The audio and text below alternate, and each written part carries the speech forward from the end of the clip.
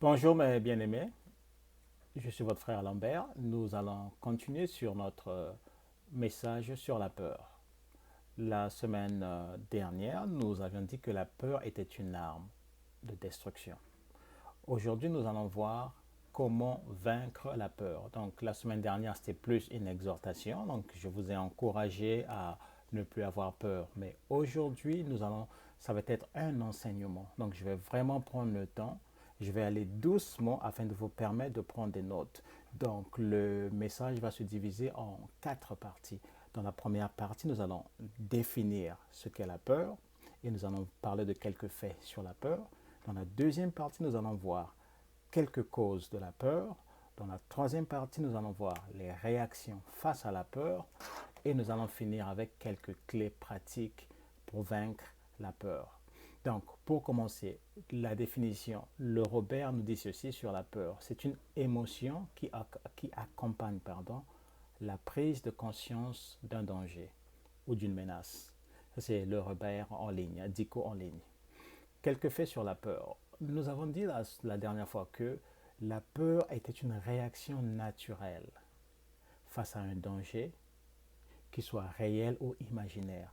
Donc ça veut dire que on aura toujours peur lorsqu'on sera dans une situation où on se sent menacé par exemple, où on n'a pas le contrôle, la peur viendra. On va ressentir cette émotion, c'est normal.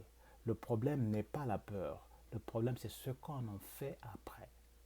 Donc la peur peut nous paralyser et nous empêcher de prendre des décisions rationnelles. Parce que souvent ce qui arrive, c'est que sous l'effet de la peur, les gens se laissent aller, ils prennent des décisions qu'ils regrettent plus tard. Alors, mon conseil pour vous, c'est de ne pas paniquer, de ne pas prendre des décisions, surtout importantes de votre vie, sous l'effet de la peur. C'est très dangereux et ça peut affecter votre vie à jamais.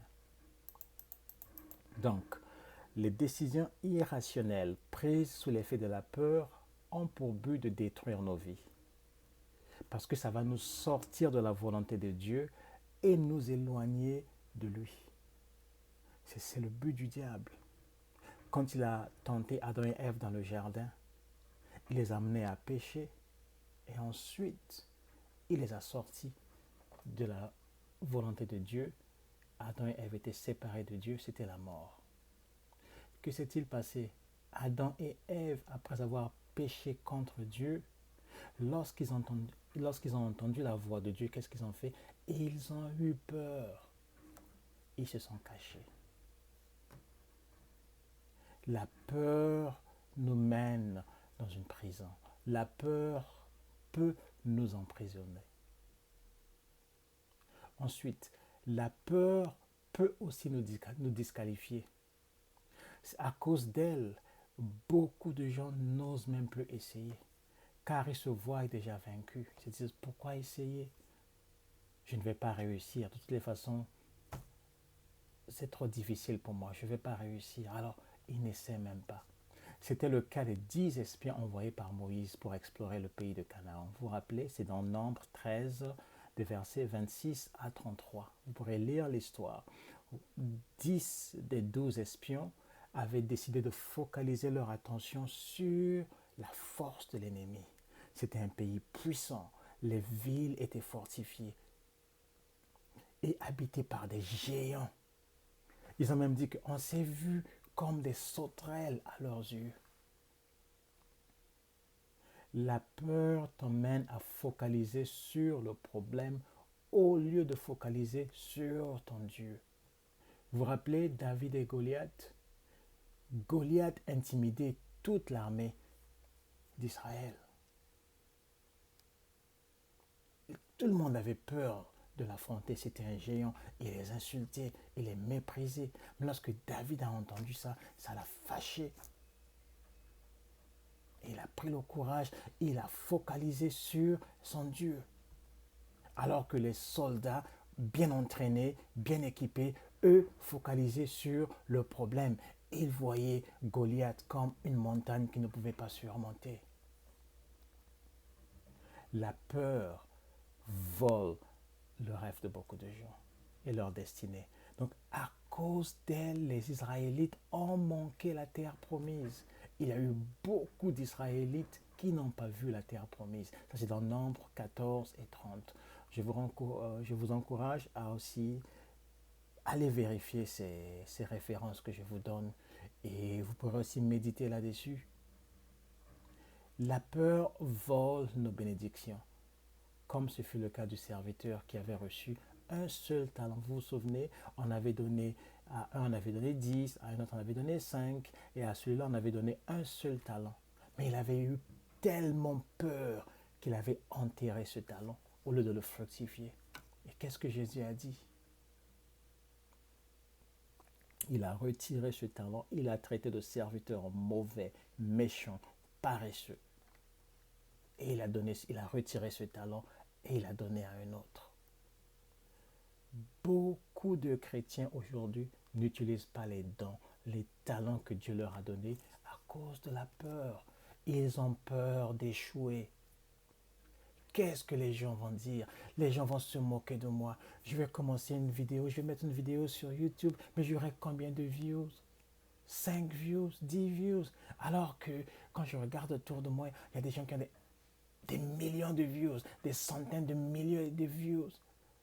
Alors, ils se discréditent, ils se découragent, ils se disqualifient.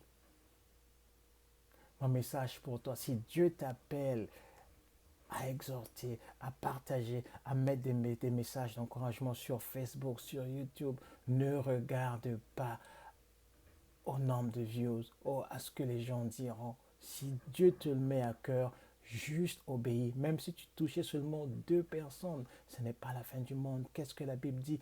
Quand une âme vient au Seigneur, c'est toute une fête dans les cieux. Et lorsque le bon berger a perdu une brebis, qu'est-ce qu'il fait? Il laisse les 99 brebis qui sont en sécurité et va à la recherche de celle qui est égarée. Ça veut dire que Dieu accorde du prix à chaque âme. Chaque âme est précieuse aux yeux de Dieu. Chaque âme est unique aux yeux de Dieu. Donc même si ta vidéo ne touche qu'une personne, gloire à Dieu. Ça sera une fête dans le ciel. Alors, ne te décourage pas, n'aie plus peur, va de l'avant. Quelques causes de la peur. Mais premièrement, c'est le manque de foi. La foi, c'est croire en quelque chose. Donc, nous vivons par la foi. La Bible dit que le juste vivra par la foi. Tout le monde vit par la foi. Tout le monde a une croyance en quelque chose. Il y a des gens qui croient dans leurs ancêtres. Il y a des gens qui prient la nuit, ils prient, ils demandent la protection de leurs ancêtres. Il y a toujours quelque chose dans lequel nous croyons. Deuxième raison, ça peut aussi être l'ignorance tout simplement. Beaucoup de gens ont peur parce qu'ils sont ignorants, ils n'ont pas la connaissance, ils ne connaissent pas la vérité. Osée 4:6 dit quoi? Mon peuple périt parce qu'il lui manque la connaissance. La peur peut aussi être d'origine spirituelle. Il y a des satanistes, il y a le diable lui-même qui peut relâcher l'esprit de peur sur les gens. Et cet esprit vient, ça te tourmente, ça te paralyse, ça peut même te rendre malade. Ça arrive souvent. 2 Timothée 1:7 dit quoi? Car ce n'est pas un esprit de timidité que Dieu nous a donné, mais un esprit de force, d'amour et de sagesse. Une dernière raison, ça peut simplement être un sentiment d'impuissance. Quand tu te sens impuissant face à une situation incapable, la peur peut te ranger. On peut voir la situation dans 2 Chroniques 20, les versets 3 et 12. Je vais vous le lire rapidement. Ça dit ceci. Dans sa frayeur, Josaphat se disposa de chercher l'Éternel et il publia un jeûne pour tout Juda. Là, au verset 12, il dit ceci. C'est sa prière. Ô notre Dieu, n'exerceras-tu pas tes jugements sur eux? Car nous sommes sans force devant cette multitude nombreuse qui s'avance contre nous. Et nous ne savons que faire. Mais nos yeux sont tournés sur toi. Josaphat avait reconnu son sentiment d'incapacité et il s'est tourné vers Dieu. Qu'est-ce qu'on fait face à la peur? On l'a vu tout à l'heure, Adam et Ève se sont cachés. Ça, c'est dans Genèse 3 au verset 8. C'est une fuite. On refuse de confronter le problème, on se cache. On a vu avec les 10 espions dans Nombre 13, ils se sont disqualifiés. On peut tout simplement céder à la peur, on peut se soumettre à la peur. Ça, je vous donne une référence. Par exemple, c'était le cas des Israélites face à Jabez. C'était les habitants de Jabez, pardon, face à Nachash, qui était notre roi, qui les avait assiégés, qui était venu en guerre contre eux. Vous avez l'histoire dans le livre de 1 Samuel au verset 11. Chapitre 11, à partir du premier verset, pardon, vous pourrez lire cette histoire. Elle est très intéressante. Vous allez voir comment est-ce que le peuple de Jabez s'est livré volontairement à Nachash. Ils se sont dit, ok, on va te servir. Et Nachash leur a imposé une condition. Elle était tellement humiliante, la condition, qu'ils ont dit, non, donne-nous 7 jours pour qu'on aille réfléchir, pour qu'on aille voir s'il y aura personne pour nous délivrer avant de revenir vers toi. Donc, la peur peut nous amener à faire des compromis. Et l'autre option, c'est quoi? Mais on peut simplement la confronter. Donc, face à la peur, qu'est-ce qu'on peut faire? On peut se cacher, on peut prendre une fuite, on peut se disqualifier parce qu'on voit que c'est un géant qui est devant nous, on ne pourra rien faire. On peut céder en se soumettant à la peur ou on peut la confronter par la foi. Donc, un petit résumé. C'est quoi la peur? C'est une émotion qui accompagne la prise de conscience d'un danger ou d'une menace. C'est une réaction qui est normale, qui est naturelle quand on se sent en danger ou menacé. Ça veut dire que la peur viendra toujours. Par contre, c'est à nous de savoir la maîtriser. C'est à nous de savoir nous maîtriser, je voulais dire, et surtout ne pas nous précipiter à prendre des décisions irrationnelles qui vont nous sortir de la volonté de Dieu.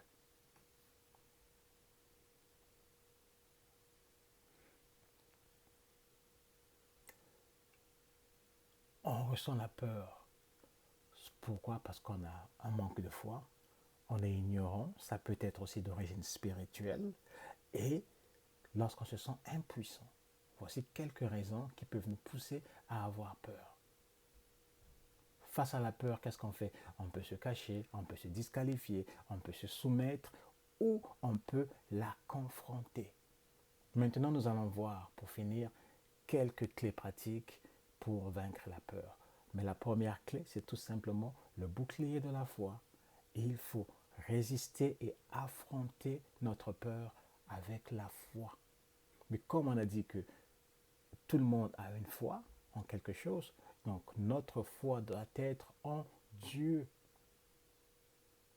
Notre Dieu, notre Créateur, celui qui nous a fait tant de promesses. Éphésiens 6, le verset 13, dans le chapitre, ouais, c'est ça, verset 13 à 16, dit ceci. C'est pourquoi prenez toutes les armes de Dieu afin de pouvoir résister dans le mauvais jour et tenir ferme après avoir tout surmonté. Tenez donc ferme et à vos reins la vérité pour ceinture. Revêtez la cuirasse de la justice et mettez pour chaussure à vos pieds le zèle que donne l'évangile de paix. Maintenant le verset 16 sur lequel je vais insister. Prenez par-dessus tout le bouclier de la foi avec lequel vous pourrez éteindre tous les traits enflammés du malin. Le bouclier de la foi. Voyons en ce moment la guerre qui se passe en Israël. Le Hamas est en train d'envoyer des roquettes sur Israël. Mais qu'est-ce que Israël fait? Ils ont un bouclier anti-roquettes, anti-missiles qui déclenche pour aller contrecarrer toutes ces roquettes que lance Hamas. Et jusque-là, il y a un fort taux de succès. D'ailleurs, c'est très impressionnant. Donc, la foi est notre bouclier.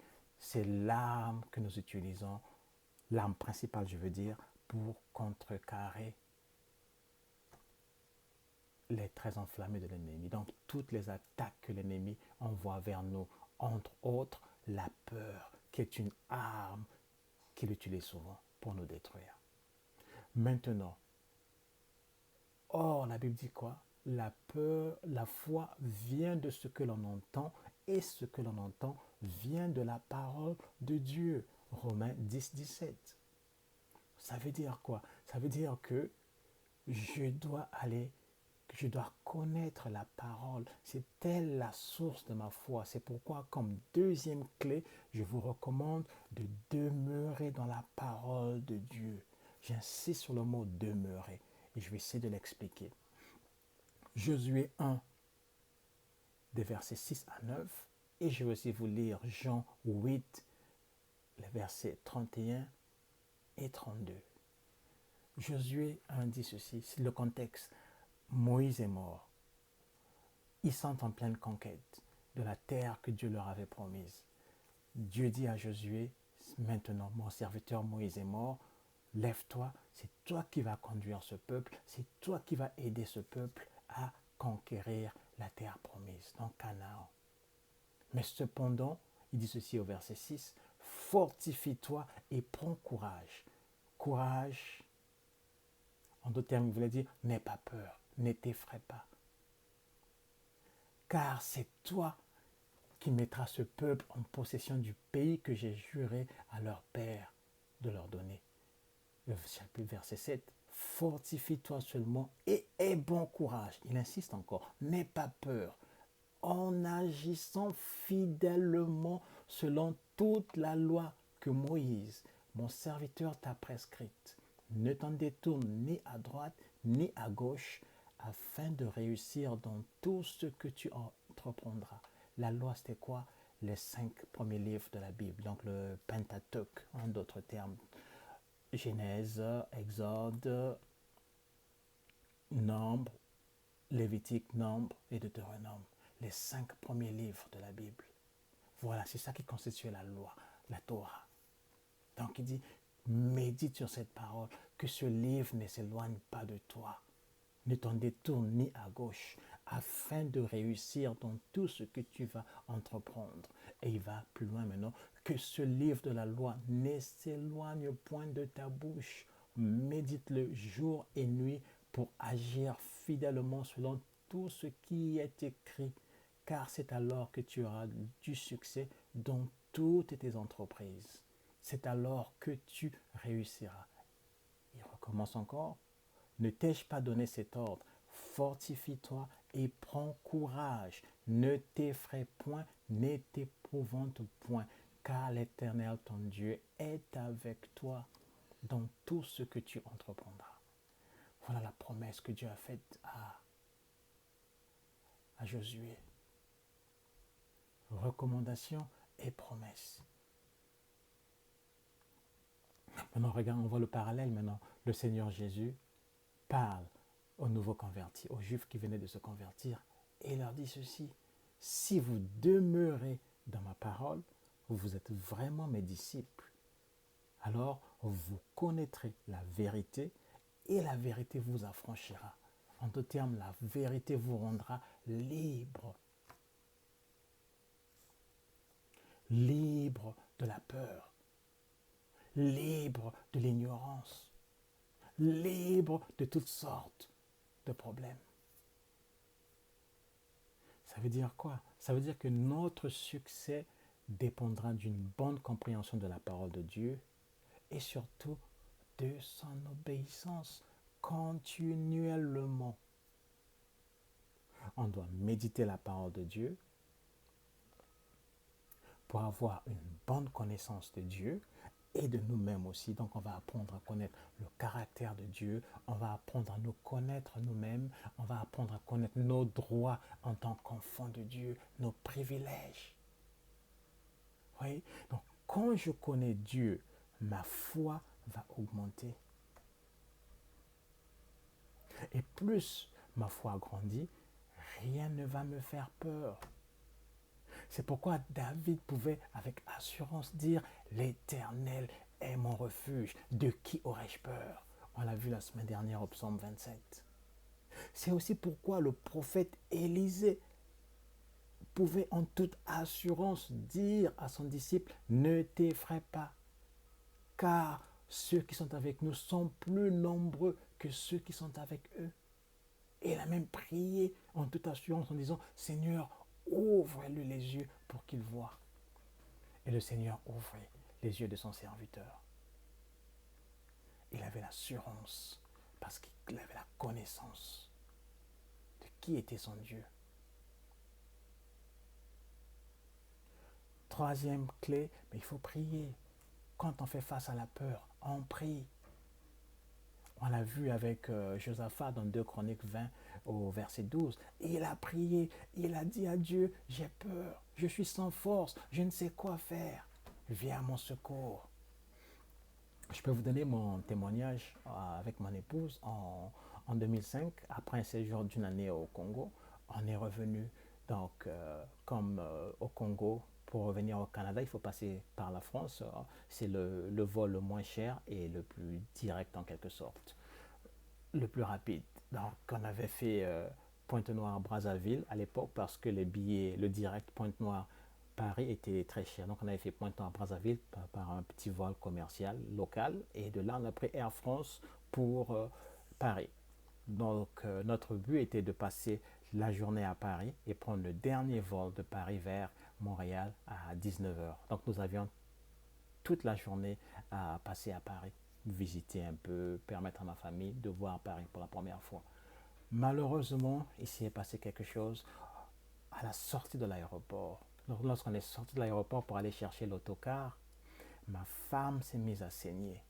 Alors là, c'était vraiment, je dirais, impressionnant. C'était un saignement vaginal, mais ça giclait là. Elle était enceinte de 4 mois. Imaginez ma réaction. Tout de suite, j'ai eu peur parce que je me suis dit que elle a perdu l'enfant. Mais aussitôt, j'ai prié sur place. Et dès que j'ai fini de prier, j'ai eu l'idée de la ramener dans l'aérogare. Je l'ai pris dans mes mains, on a vite couru dans l'aérogare et gloire à Dieu, juste en face de nous se trouvait le centre médical de l'aéroport, donc de Roissy-Charles de Gaulle. Rapidement, on rentre dans le centre médical. Le médecin était là aussi, c'était une dame, et elle était libre. Elle a vite reçu ma femme, elle l'a mis sur le lit de consultation. Elle a dit, je crois qu'elle a perdu l'enfant, parce qu'avec tout ce sang qu'elle a perdu là, il n'y a rien que je puisse faire ici, mais je dois vous évacuer en urgence vers l'hôpital le plus proche d'ici. Elle a appelé l'ambulance, l'ambulance est arrivée, moi et ma femme on est rentrés dans l'ambulance, on est parti, ma soeur a pris les enfants, les autres enfants, ils sont allés quelque part à l'hôtel. Mais tout au long de la route, on priait, on se disait vraiment Seigneur, on ne peut pas perdre cet enfant, vraiment, on remet la situation entre tes saintes mains et surtout, nous devons voyager ce soir parce que nos billets étaient des billets non remboursables, on ne pouvait pas les modifier non plus. Donc si on l'a gardé à Paris pour des examens et toutes des consultations approfondies, mais on allait tout perdre. On ne pouvait pas se le permettre non plus. Et le diable nous bombardait de ces idées-là, de ces pensées-là dans notre tête. On arrive à l'hôpital, c'était à Aulnay-sous-Bois, donc à quelques kilomètres de Roissy-Charles de Gaulle. On a après près de 30 minutes d'attente. Le médecin rentre et c'était un Congolais. Tout de suite, ça nous a rassurés, on a béni Dieu, on a dit gloire à Dieu. Alors, on a expliqué le problème, il a fait ses consultations, ses examens et tout, il s'est rendu compte que le bébé était encore en vie. Gloire à Dieu, première victoire. Et après, on lui a posé le problème, on a dit qu'on devrait partir ce soir pour le Canada parce qu'on ne pouvait pas se permettre de rester en France. On lui a expliqué toute la situation, il a dit ça va être compliqué, mais je vais voir ce que je peux faire. On a vraiment supplié, on a prié et il nous a fait signer une décharge. On est reparti à Roissy, on a expliqué au médecin qui nous avait reçu la toute première fois là, à Roissy et on a tout expliqué. Elle a dit d'accord, je vous laisse partir.